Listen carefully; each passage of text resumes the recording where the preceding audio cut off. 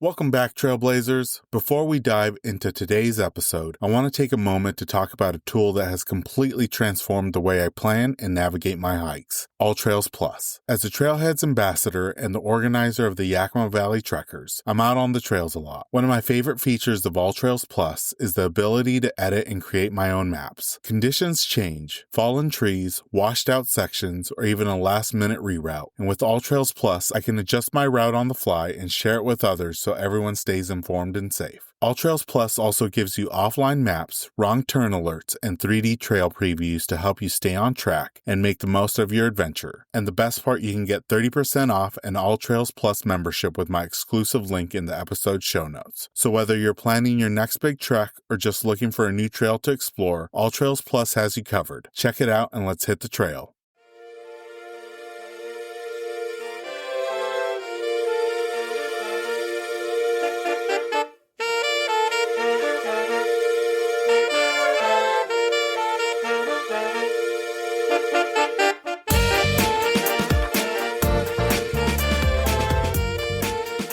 Welcome to the season 13 of the Hikes and Mikes podcast. I'm your host, Ivan, and each week we're hitting the trail through conversations with extraordinary hikers from across the United States and beyond. Winter brings its own kind of magic to the outdoors. Quiet forests dusted in snow, frosty ridgelines glowing in soft morning light, and trails that ask us to slow down, bundle up, and move with intention. This season, I've had the privilege of sitting down with hikers whose stories reflect the same sense of resilience and wonder. From snow-covered summit pushes and cold weather camping lessons to mindful miles on peaceful winter trails, their voices remind us that adventure doesn't hibernate, it simply changes shape. So zip up your puffy, pour something warm into your mug, and get ready. Season 13 is here, and the conversations ahead are as bold, reflective, and inspiring as the winter landscape we love. In this powerful and deeply grounding episode of Hikes and Mikes, we're joined by Alexandrie, founder and organizer of Black Hikers Explore, for a conversation about how hiking, motherhood, and community building can come together to create spaces of healing, belonging, and joy in the outdoors. Born and raised in Haiti, Alexandrie shares how her earliest experiences in nature were rooted not in recreation, but in survival, a foundation that shaped her relationship with the outdoors long before she ever stepped on a marked trail.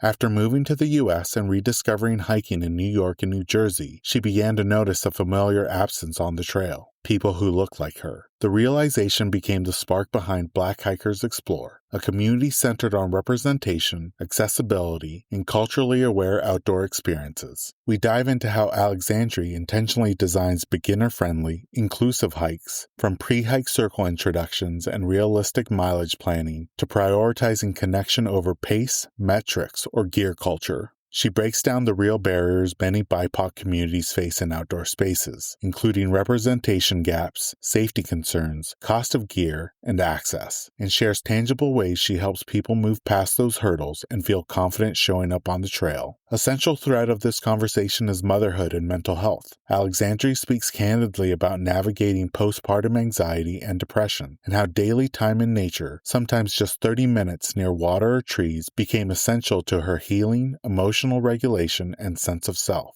She also shares why she brings her children everywhere, from hiking Mount Tammany to biking, canoeing, surfing, and even camel trekking through the Sahara Desert, where her toddlers famously fell asleep mid-ride. Without further ado, let's jump into this episode with our guest, Alexandrie.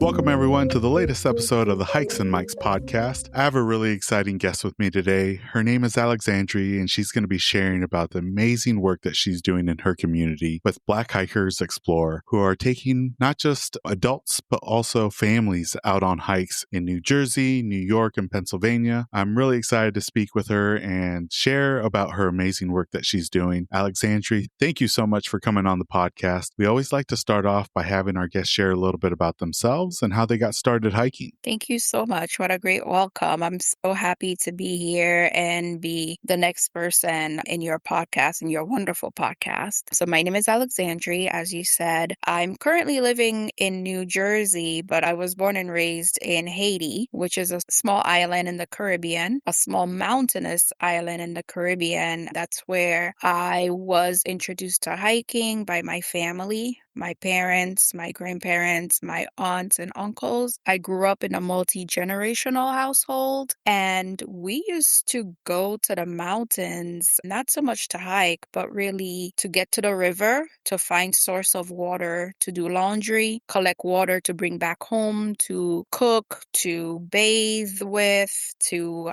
use as plumbing. It was really a source of survival, I would say. That's what we hiked for. So it wasn't really hike. I was wearing shorts, I was wearing shirts, I had flip-flops on. There was nothing about proper gear or anything like that. Of course, it's a tropical island, so it's hot year-round pretty much. And then I moved to the States. I was in New York at first. I continued exploring outdoors briefly, not as much as I used to when I was in Haiti. But I continued doing things like biking. I would bike in my local parks. I would have picnics outside. And as I grew up and got older, I went back to hiking. I would hike upstate New York, where there are so many beautiful trails. I would hike in the Catskills as well. There's another area that's very beautiful. Then more recently, when I moved to New Jersey, and they call it Garden State for a very good reason, within 10 minutes of my house, I have reservations, I have trails. So I got into hiking even more frequently. And I realized sometimes I was by myself, sometimes there were few women on the trail. There are always a lot of men on the trail, and there are very rarely other Black women on the trail. Although I wouldn't say I felt alone on the trail, but I just wanted to see more people who look like me, more people who felt as comfortable as I did, as happy as I did. Just wanted to have more peers on the trail. So that's really how Black Hikers Explore came about. I decided to create it so that more people can see themselves in me and they can maybe join me on my hikes. And since I've created it, I have organized and curated group hikes for adults, as well as family-friendly programs where I invite parents and their children to hike with me. Yeah, and I love that because, like I was sharing, I have a hiking club here in the Pacific Northwest, but it's primarily catered towards adults. One thing that I'd love to incorporate down the line is getting that next generation involved by bringing out the families and the kids. So that's really great that you're able to do that. Was there a moment or experience early on that made you realize that this needed to be your mission? I don't know when exactly. I guess maybe when I got pregnant, but I knew that my identity as a mother didn't need to only be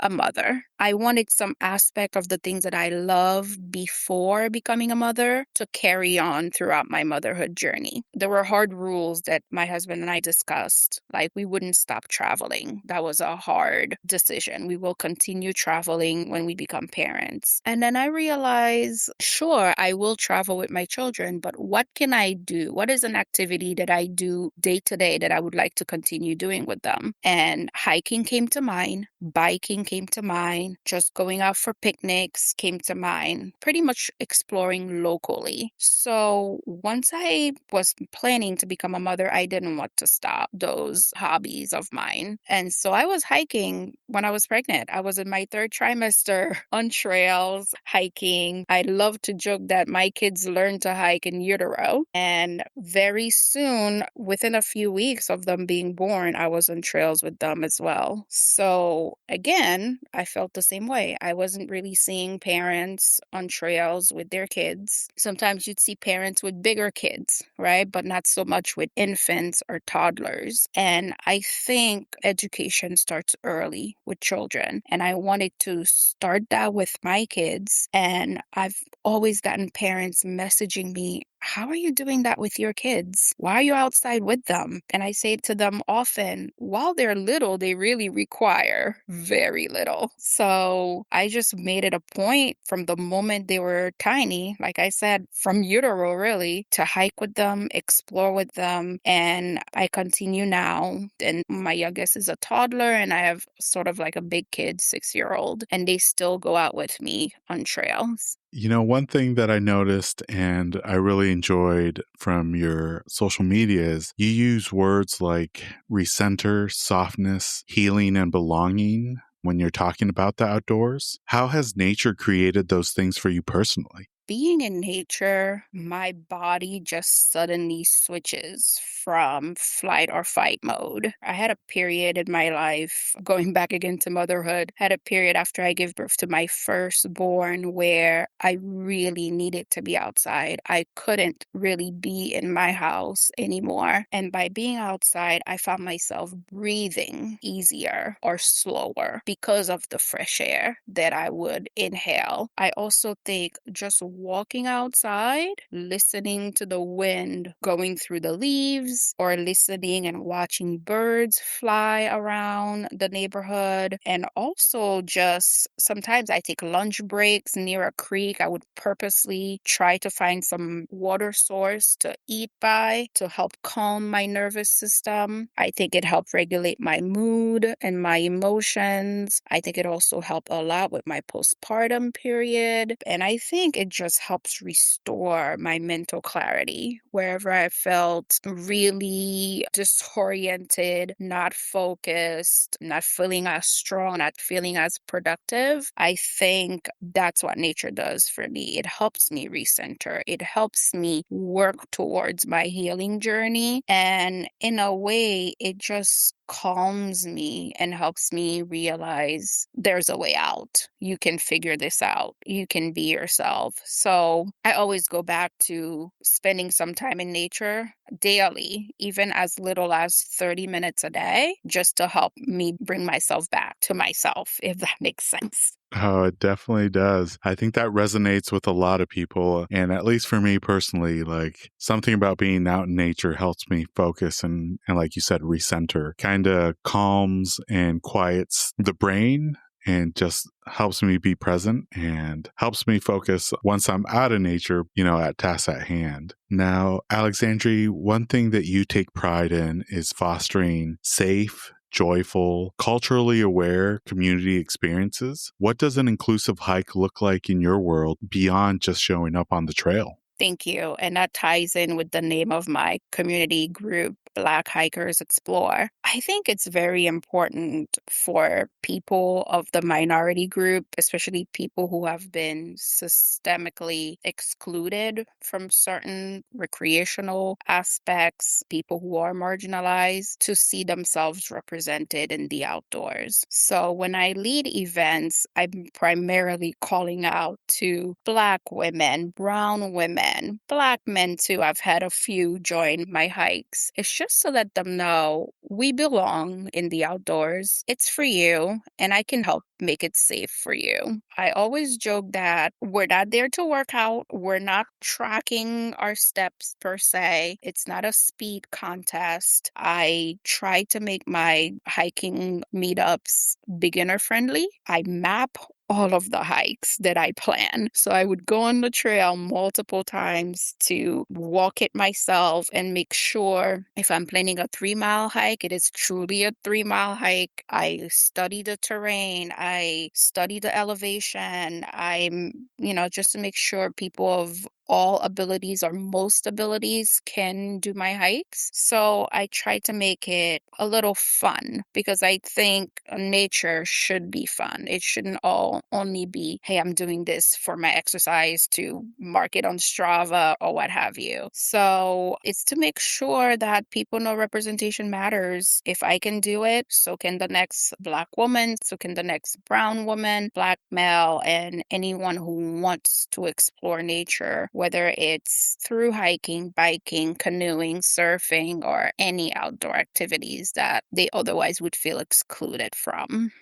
Being a Latino myself, I see Latino families kind of hesitant about exploring the outdoors because I think there is this mindset that it is an exercise, it is a workout, or that you need special gear, or even, navigating what permits you need in certain areas can be a challenge. And I think that is something that might be across the BIPOC community where they haven't grown up with the outdoors and navigating the outdoor spaces. For you, helping out BIPOC families explore the outdoors, what have been some of the common barriers or maybe fears that you've seen or heard, and how have you helped people move past them? It is a fact that for the BIPOC community, there has been some historical exclusion or lack of representation, right? We can see that in outdoor magazines or ads, or, the front page, usually the people featured on them do not look like us, right? Generally. So that's already a sign of exclusion. People might have safety concerns, and there might be microaggressions that they just don't want to deal with. They don't want to deal with stairs, and access could be an issue. If you live in an inner city, or you might not have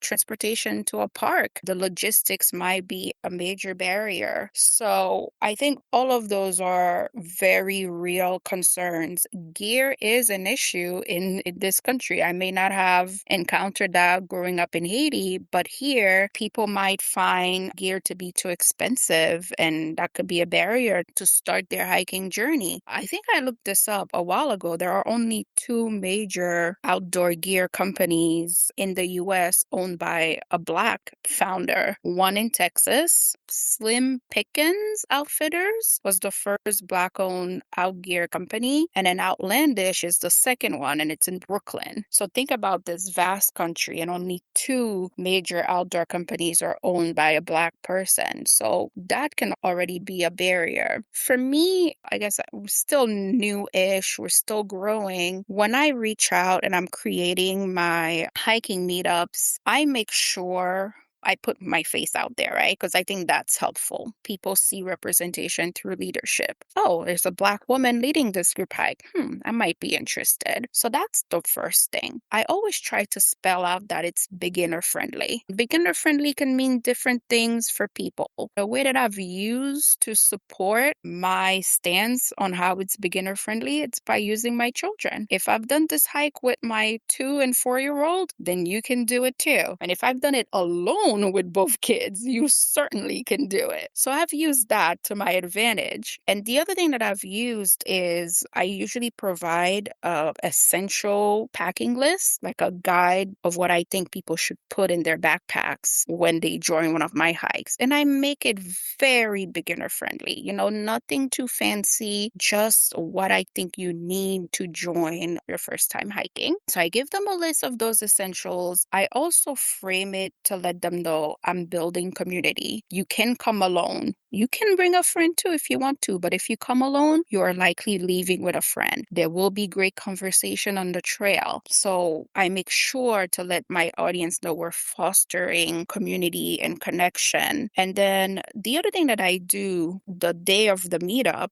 is we form a circle. And I learned that through circle time in my toddler school. That's really how they start the day. Everybody's in the circle. That allows you to see everybody's face. Who are you hiking with? What is the person wearing? Or, notice something about that person. And everybody introduces themselves and they say a one-liner about each other. That icebreaker alone helps people drop their shoulders, get a little bit comfortable. So then they can feel more at ease starting the hike. And then I think I just give them tips on, make sure you cover your ankles before you join a hike. You don't need to buy hiking boots unless you plan on joining me every month for a group hike. But if this is your first and only hike for now, a good traction shoe is enough. So something like this, I think, helps break the barriers. They're small, but I think it helps get people on the trail. And I gotta tell you, I've hiked with a 70-year-old. A 70-year-old joined my hikes one day, and she was fantastic. Did not stop at all, just kept going, 3-mile loop. So people do appreciate those tips, and they love just seeing a hike leader who make it accessible to them. And I love that you take your kids on these hikes to kind of gauge, is this an easy, is it a moderate hike? And I feel like bring the kids seems to be one of your core mottos. Where did that conviction start for you?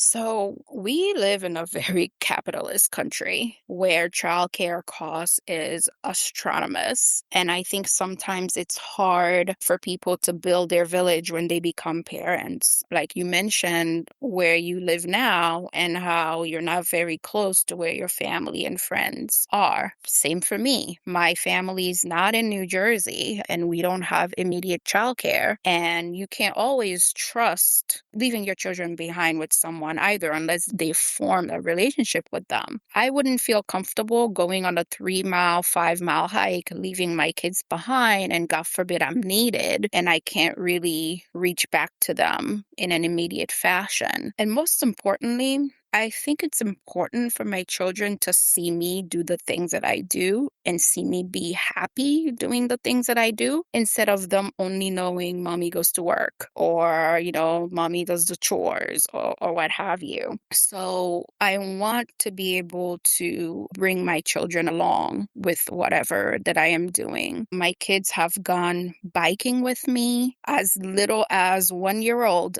Each of my children, the moment they turned one, they had a balance bike. And by the time they were 3, they've been biking without training wheels on their pedal bikes. So we have done biking from them being on a balance bike, being on the bike carrier when the seat is behind my adult seat, being on a bike trailer when there's a trailer behind my bike. And now they bike independently and we explore that way. They come with me on hikes because they need to see what I love about exploring nature. Now they own their own pairs of binoculars. They have their own magnifying glasses. When we're out, they pack their own backpacks with those things and they look for birds. I have the app on my phone, so they help me identify birds. I think it's important for kids to understand we live on this planet and we need to learn to appreciate the things that are around us. So they come with me, they canoe with me, they kayak with me. Recently now they're surfing. My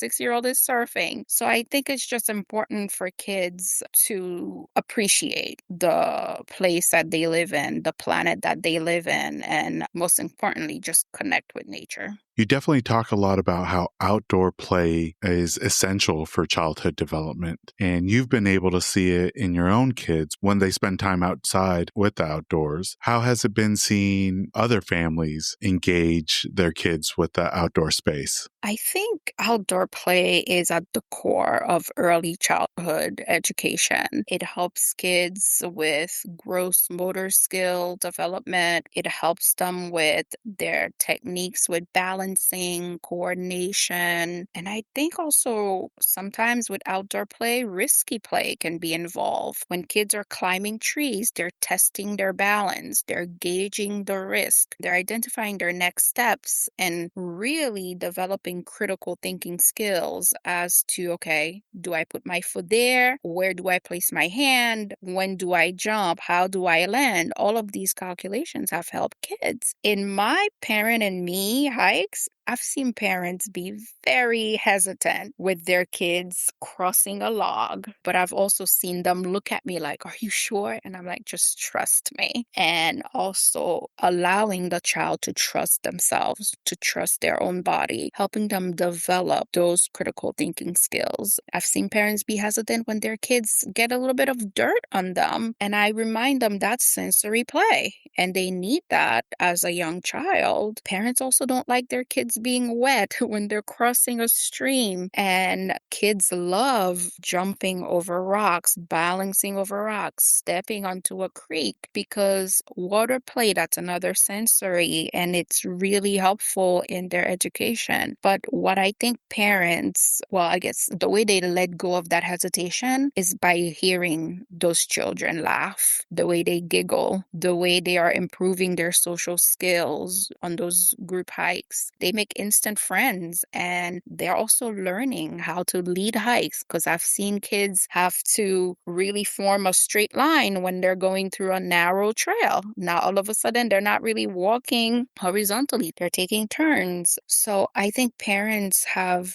opened their eyes more. They're now becoming more curious about hiking. They're always asking me, when is the next one? And I have oddly found parents even ask me, is it still going to happen in December, January, the cold months? And I'm like, yes, I still take my kids out. We have a waterfall near us, and I have gotten their interest now because I said, you need to see that waterfall frozen. And the parents are like, what? A frozen waterfall? I said, yes, the kids would need to understand that and see it because that's science right in front of them. See water transform into ice. And I think it would be wonderful for them to experience. And the parents are like, you just let me know when so we can join that group hike. So I think sometimes it's the unknown. Parents think kids going on hikes means they're going to come back really filthy and it might be too hard for the kids. But to the contrary, I pick trails that are kid friendly, that are a very short distance, and that also pique their curiosity. Something that is scenic, something that offers a lot of movement for their bodies, a lot of rocks. Kids love to collect rocks, kids love to collect sticks. So at the end of the day, parents have really become the curious ones and the more relaxed ones out of all my experiences. When it comes to experiences, you have really done a great job of mixing things up because you've led everything from hikes to meditation days to scavenger hunts and biking events. What does prep look like behind the scenes to make those experiences seem so seamless? Let me tell you, I love that question because it does take a lot of work to prep those hikes, and I don't typically talk about it publicly because ideally the day of the event, I just want it to feel kind of like a spa day where the participants feel really centered, relaxed, rejuvenated. But at home, it's a lot of emailing, it's a lot of mapping, it's a lot of coordination. Hike and yoga and meditation usually happens in collaboration with another yoga wellness enthusiast. So I would get a yoga instructor who would, at the end of the hike, gather everyone and perform a 20 to 30 minutes restorative yoga session that helps, regulate the blood flow, help everybody come back to themselves and really connect with their body about the experience that they just had on the trail. Very similar with meditation. This summer, actually, I led a hike in Phoenix, Arizona, the Choya Trail. We made it, I would say, 3/4 of the way of the hike. It was a sunrise hike. And just as the sun was peaking and rising, I stopped everybody and we sat down. I encourage everyone to close their eyes and just find a moment to rest. And I had planned a meditation session for all of them about what we experienced. And it was so restorative, even for me. It is a lot of planning at home, like I said. And then I would say the planning is just as exciting for me as the day of the event because it brings me a lot of joy just to make sure my attendees get the most out of the experience. That they're not just showing up for a hike or just to be on the trail. Sure, it's a stroll in nature and you are walking and you are hiking, but I want them to leave feeling more, feeling therapeutic. And I've even hosted like an art therapy hike event where we all hike and then halfway point through the hike, I brought on an artist who shared canvases and tips on how to draw to my attendees. And then each person had to just draw how they felt about the hike or anything that captivated them through the hike. And those pieces truly were beautiful from everyone. They left feeling more full than when they came. So I'm always looking to partner with other creators who prioritize wellness so that everyone leaves the event knowing that they felt more restored in nature. No, I'm definitely going to be borrowing some of your ideas to incorporate into the 2026 group hikes because I've always wanted to do a scavenger hunt during wildflower season. And I think this is going to be the year where I do it. This way they can not just appreciate the wildflowers, but really look at them and, admire them and get maybe a little closer attention to each individual wildflower. Yeah, I think that's a good idea. Yeah. Now, Alexandrie, you have been really open about the realities of motherhood, both with PPA and PPD, and the importance of checking on new moms. How has nature supported your mental wellness in motherhood?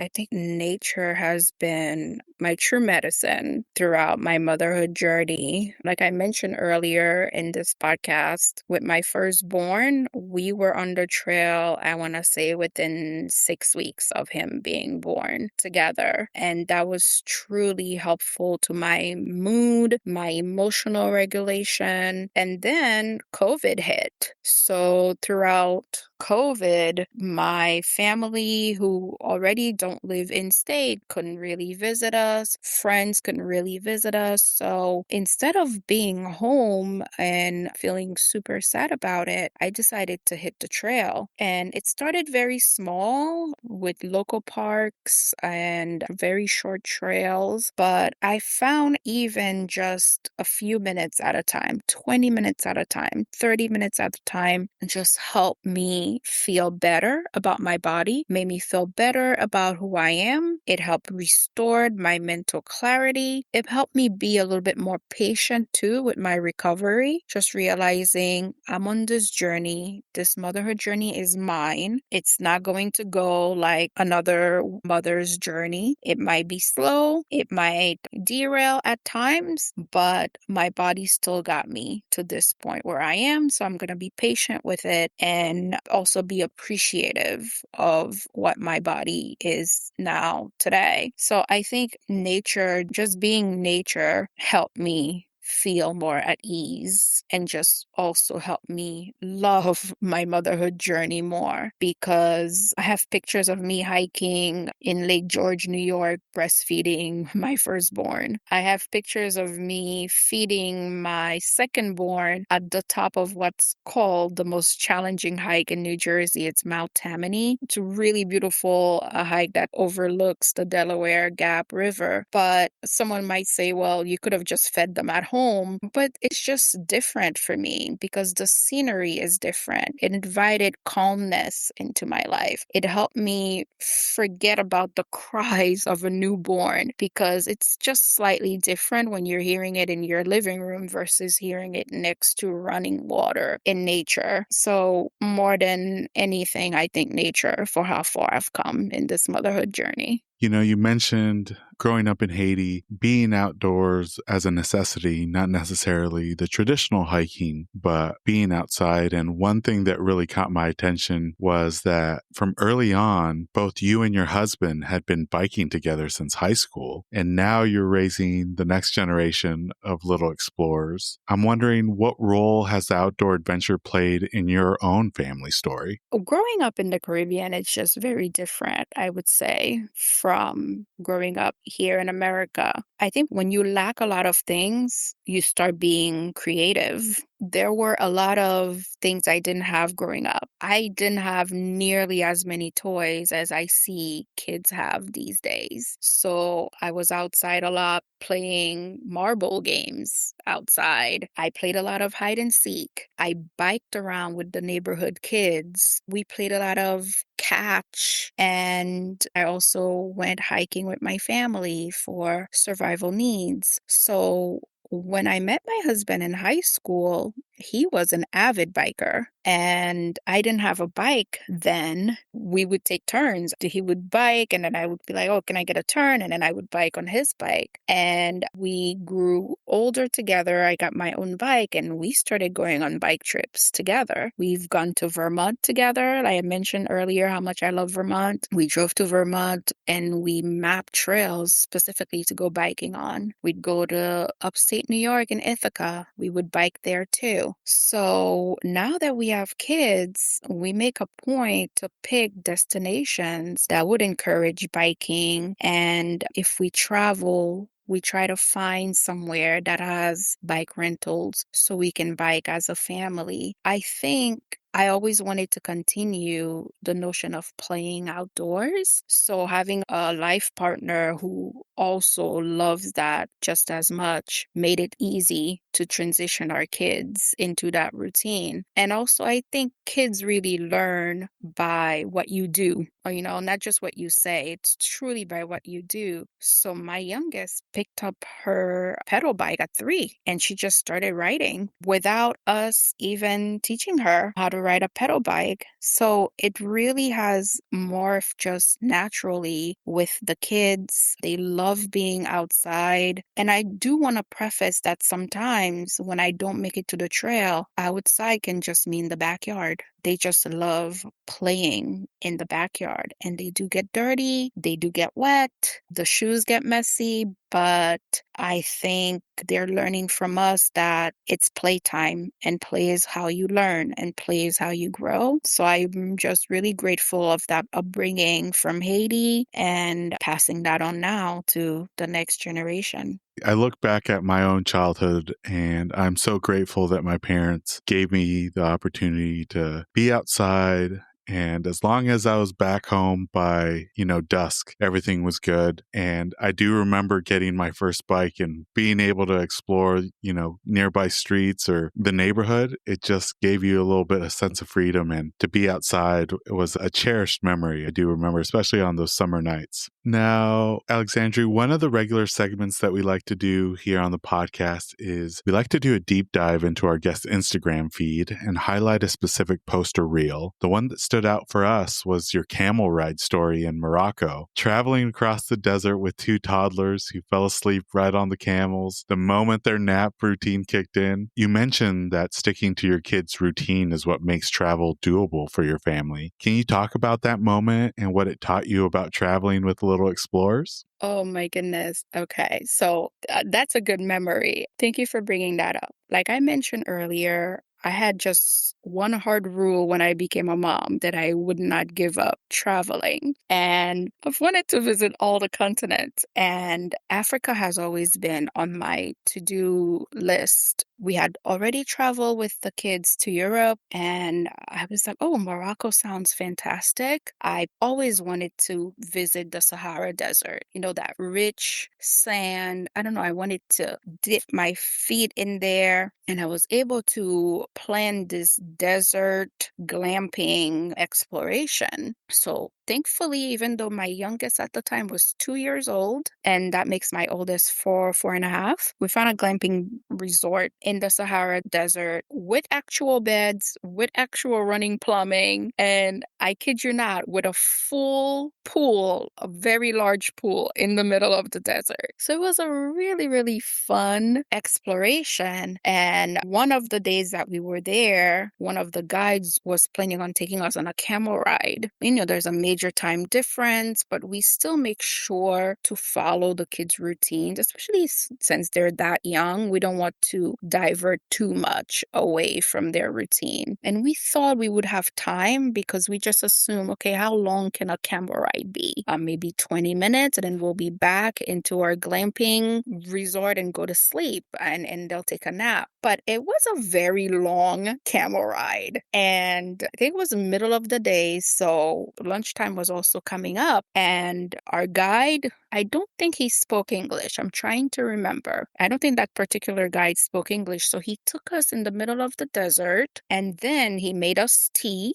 He built a fire out of really nothing, built fire in the middle of the desert, made us tea. Really, really good Moroccan tea. We had some light snacks, and my kids were starting to look like, okay, are we still here? When are we leaving? They were giving me very tired vibes. But I'm like, what else can happen? They're going to wait till we get back. And nope, on our way back, one kid was out, and then I looked at my husband and the other kid followed suit. So both of them just fell asleep on the camel, which it wasn't a smooth ride. You're thinking, oh, you're on the desert, everything is flat. It is not flat. There are a lot of elevation up and down. And then the camel itself, you've seen a camel's humpback. That's not very comfortable per se, but each kid found a way to still have their nap time. And I said, you know what? I can't blame them. It was nap time after all, and they know their bodies and they listen to their bodies. But it made for a very fun travel memory. And funny enough, they still remember it. They remember a lot of the things we did on that trip. I'm just very grateful that we haven't stopped our travel experiences. So far, they've been to the south of France. We've biked around the south of France with them in the bike trailer, and we've done the camel ride in Morocco. We've most recently just came back from Costa Rica, where we hiked lava trail to the famous La Fortuna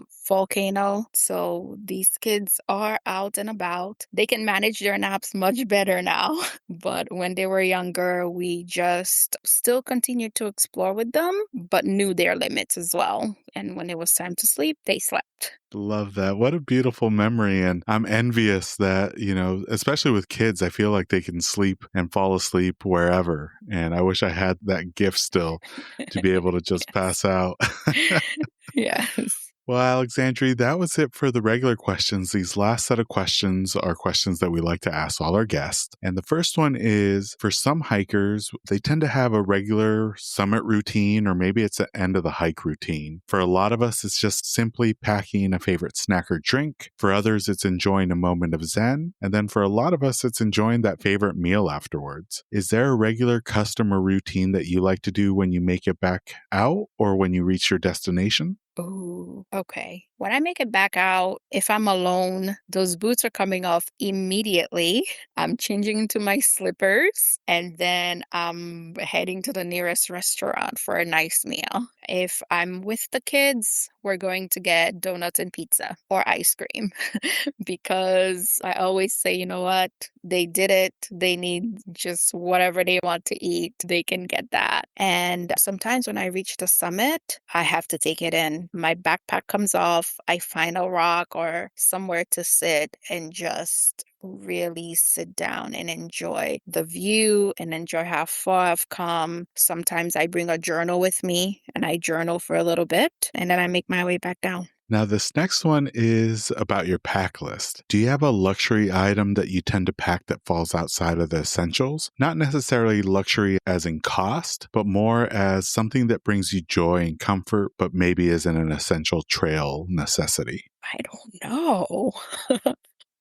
Okay, this is not luxury, but I think it's just maybe a need. Baby wipes. I think baby wipes are just important to have. It just offers a quick clean, especially if you need to eat. Sometimes I make my own trail mix, so they might be in a bowl or whatever, so I know it's something that I'm gonna touch. So having baby wipes on hands, it's usually helpful. No, I love that. That is clutch. I've started to pack them every once in a while, but especially in the summer when you get a little sweaty, a little dirty, it's always good to just wipe your face with a wet wipe or clean your hands before you eat.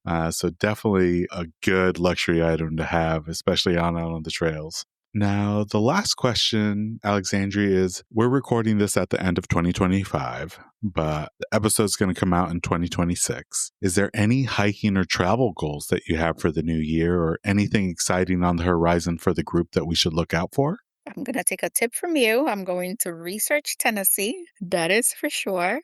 We are, as a family, trying to figure out how to visit Peru. I'm not sure if we're going to make it happen in 2026. However, I liken myself to like a online shopper, like a window shopper for traveling. Um, I don't shop often, but I do love to window shop for visiting different countries. So I'm gonna start my research on Peru and see how I can make it happen with my family because I think we would love Machu Picchu. So that's a really good goal of ours. If we're able to make it happen in 2026, I'll let you know. I feel like South America has been calling a lot of our guests lately, and it's definitely made an imprint on me because I don't know if I'll get to it in 2026, but I definitely want to book my South American trip in 2026, even if it's in 2027. Yeah. Same here. Is there a particular country you have in mind? I am deeply in love with the idea of visiting Patagonia, both the Chilean side and Argentinian side. That's on the horizon, maybe doing like anywhere from a 10 to 14-day trip out there and seeing both sides of it. That would be lovely. That would be amazing. Well, that was it for those questions, Alexandrie. This last section of the podcast is the this or that questions. I'm going to read 2 different hiking or outdoor topics, and you just choose which one you prefer out of the 2. You're more than welcome to say both or neither, and feel free to elaborate on your choice as well. But the first one is, if you had to choose between these 2, would you choose ascending or descending? Ascending. And then this next one is a tough one for some people, but if you had to choose between waterfalls or summits? Oh, that is hard. That is very tough. I think waterfall.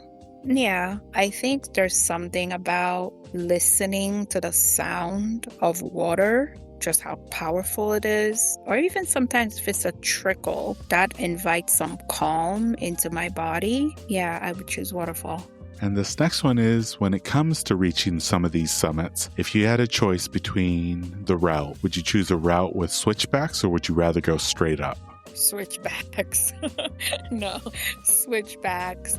And the one that comes to mind is Mount Tammany, the Delaware Gap. I need a little bit of variations when I'm hiking. And I think going straight up would make me feel tired too fast, maybe.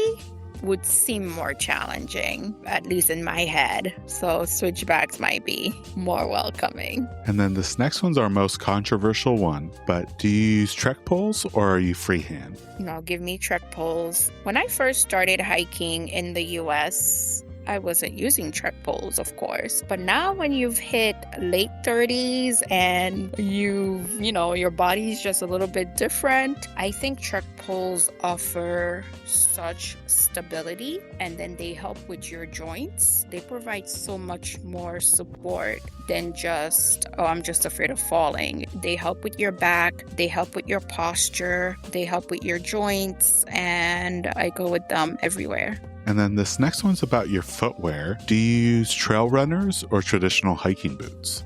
Hiking boots. I use hiking boots right now. In Costa Rica recently, I use hiking sandals, and that was new for me, and they were perfect. They were so comfortable. So I think next summer, I will lean into them a little bit more too, if I have the opportunity to use them here. That was my first time using hiking sandals, so that was new for me.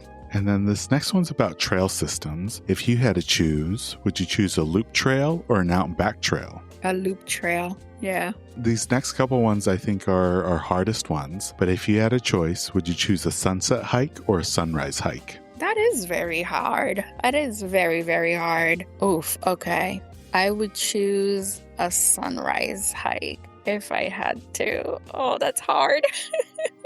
I love watching a sunset. I have been caught on a sunset hike going back, and that wasn't fun because once the sun is down, you're really relying on flashlight or what have you. I have great memories of it, but I don't know that I want to make a habit of it. But the sunrise hike to me is a great way to start your day. It just provides so much peace and clarity and excitement for the rest of the day. So I try to go on sunrise hikes as often as I can. And then this one's going to be a tough one because not only are you living on the East Coast, but you're also living in the Garden State. But if you had to choose between these two, would you choose spring wildflowers or fall colors? Okay, so this is not very tough because they're both beautiful. So I guess maybe that's what makes it tough. But I'm a fall baby, and there's just something about the weather during the fall. I feel like it's just steadily pleasant. Maybe I'm biased, so I would choose fall colors. And the foliage is just, like this past fall, for example, it was just so gorgeous. The vibrant yellow, the oranges, the red. The reds were just dark and deep, and the leaves have just been so crisp. I know they're dying, but it was just so beautiful to explore. So fall, I would choose fall. And then this next one is about your water carrying system. Do you use a water bottle or a water bladder? Water bladder. I've transitioned to a water bladder for the past year or so, or a little longer. It's so much more convenient. So I really do love my water bladder. Sometimes I do have, I think my size is a 2-liter water bladder, and depending on the hike, I have a smaller water bottle just in case to make sure. I like to be overly prepared with hydration, so sometimes I do have both, but the water bladder is the true winner. And then this last one is, if you had to choose between these two type of summit celebrations, would you choose a summit drink or a summit snack? Summit snack. Yeah, I think a summit snack. I can't really drink when I'm hiking, and I know there are many events that do hike and brew or bike and brews, but I would just enjoy my snack, sip on my water, and then head back to my car. Well, that was it, Alexandrie, for the this or that questions. For folks that want to follow your journey in 2026 and look back at your previous journeys, or maybe even join you and your group on a hike, where are some of the places they can find you both on social media and online? I think the best place to find me on social media, on Instagram, it's Black Hikers Explore, hikers with an S. There I have a link to my email distribution list. So once someone click on that link and provides me their information, they now would receive updates and newsletters about my upcoming hikes and any events that I have. And we'll be sure to put those in the episode show notes so people can check it out. Alexandrie, it has been a remarkably great time speaking with you and learning about the amazing work that you're doing in your community. I can't wait to see what 2026 has to bring for not only your group, but also your family adventures. Thank you so much for taking time out of your evening to speak with us. Thank you so much for this time. It was so lovely to speak with you, to learn more about your group, the work that you're doing. I think it's amazing that you're allowing hikers and outdoor explorers to share their passion with you. So thank you for your time as well. And that brings us to the end of this episode alongside Alexandrie. We extend a heartfelt thanks to her for joining us on the podcast. Be sure to follow her on Instagram at Black Hikers Explorer. And for more, be sure to check out the episode show notes. This episode of Hikes and Mics was produced by Jordan Smith. Be sure to follow her adventures on Instagram at jordan.journeys. New episodes will drop every Monday throughout the winter hiking season, with the occasional Friday bonus episodes along the way. To make sure you never miss out a moment of these inspiring trail stories, hit that follow or subscribe button. Your support truly keeps the community going through every season. Don't forget to connect with us on Instagram at Hikes and Mics. That's where you'll find behind-the-scenes episode visuals, my own winter hiking adventures, and plenty more to keep the cold weather stoke alive. As we wrap up today's journey, remember, even when the trails are quiet and the mountains are blanketed in snow, the spirit of adventure is still very much alive. So tread those happy trails, stay warm out there, and keep exploring. Until next time, my fellow hikers, happy hiking. This episode's music was created by Ketsa. Follow along with him on Instagram at Ketsa Music. This episode is brought to you by Ursa Minor Outfitters. Folks, I'm absolutely in love with my loon mug. It's handmade, it's an absolute piece of art. Whether it's at the office or at the house, people keep asking to check it out. If you're not a loon fan, they also have other beautiful mugs for wildlife fans of moose, bears, and eagles. They specialize in products highlighting the outdoors and local pride through quality design by local artists. They've even started expanding into items beyond mugs, like apparel, dog accessories, and soon candles and more. They also try to partner and highlight other small businesses, and in some cases, forego profits in lieu of charitable giving to help their community, such as the dog rescue. So check them out, ursaminooroutfitters.com, and enter promo code HikesMikes10 at checkout to receive 10% off your order. And for our four-legged hiking partners, they also have a portable silicone dog bowl and also a sweet over-the-collar dog bandana. Go check them out, ursaminooroutfitters.com, and don't forget to enter promo code HikesMikes10 at checkout to receive 10% off your order.